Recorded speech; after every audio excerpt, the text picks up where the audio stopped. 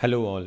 So we have already seen that the UPSC has conducted its mains paper from GS portion, and from in our now in the daily answer writing initiative by IS Network, from today onwards we'll be discussing the questions which came in GS mains 2020. We'll be starting with GS paper 1, 2, 3 and 4, and we will be looking at what all the questions were, how was the difficulty level of each paper and the question perspectively, and then we will try to write good and a comprehensive answers for each question. So today we'll be taking first GS paper 1, and in that we'll be starting with the geography portion and then with society and then subsequently with the history portion.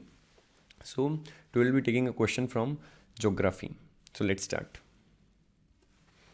So if you talk about the question paper which came in GS mains 2020, specifically to GS 1,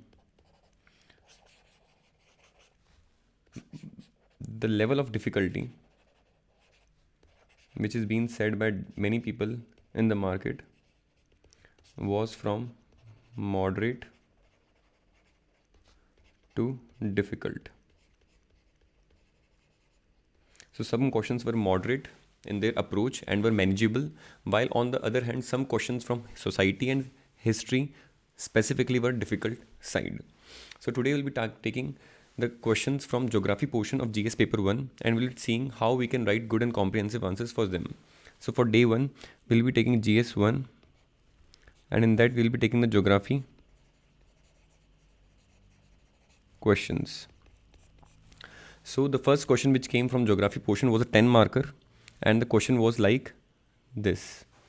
So the question was, discuss the geophysical characteristics of circum-Pacific belt zone. It is asking the geophysical characteristics. So the question was having a question tag of discuss. It was of 150 words. That means it's a 10 marker. And for 10 marker, we all know that UPSC awards 2 pages to be written. Okay. And the question is asking the geophysical characteristics. So geo means earth, and physical means the physical geography portion of the geography. So it is actually asking the geomorphological characteristics of circum-Pacific zone. See, it is not zone, it is not belt, it is zone. So we need to give all the characteristics of the zone as well as the belt which is surrounding that zone. So for structuring of this answer, again we can take the basic approach, that is first intro, main body and then conclusion. And now for intro, similarly we have devised 2 ways of writing intros. First is static and the other one is dynamic. See, there is not much scope of writing more dynamic introductions for geography questions if they are too much static in nature, like the one we are doing today. So for that, the better thing is to be writing a static introduction. And for static introduction, we can write that circum-Pacific zone is, we can say, also called as ring of fire. Okay, because it is a zone which is surrounded by, or we can say is having a string of volcanoes,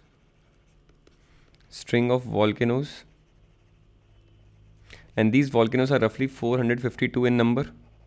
This fact is given in your GC Leong as well as in many NCERT books as well. It is a zone of intense seismic activity. So it's a zone of intense seismic activity. How? Because we know that almost 90% of all earthquakes of the world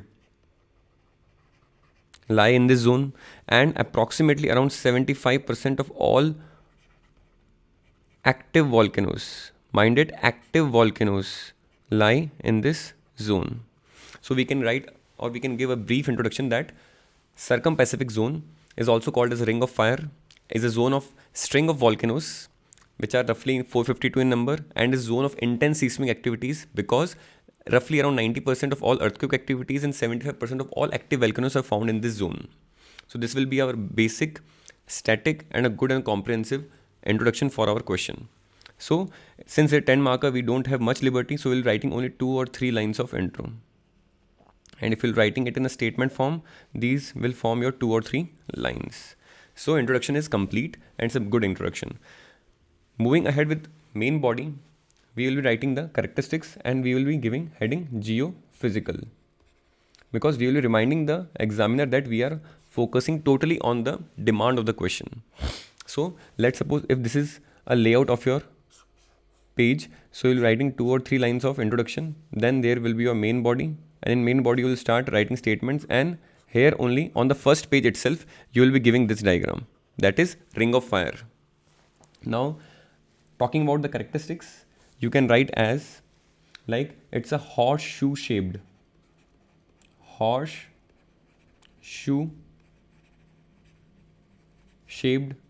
zone. You can see this is a horseshoe shaped zone which is surrounded by, you can say, which is surrounded by Eurasia in the west. See, this is Eurasia. So it is surrounded by Eurasia in the west, and then it is surrounded by what? Americas in the east. This is America, North America, South America, and then there is various oceanic countries which are surrounded from the south area. So this is Oceania. Many islands are, a group of these islands are called as Oceania countries. So first characteristic is horseshoe shaped zone.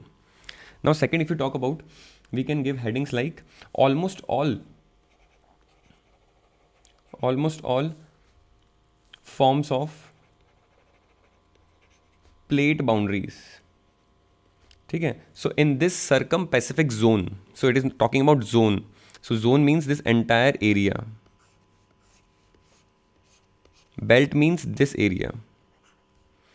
So this zone has presence of almost all forms of plate boundaries. So we can take each plate boundary and we can discuss briefly, like first convergent boundary. And we can give examples of convergent boundary, like we have this Nazca plate and the North American plate. So we can give many examples of these convergent boundaries. Okay, specifically this Indo-Australian plate and that is Eurasian plate. So they are also converging. So this zone is having presence of convergent boundaries, means two boundaries coming towards each other. And we can give any 2 examples. Then we have divergent boundaries examples also,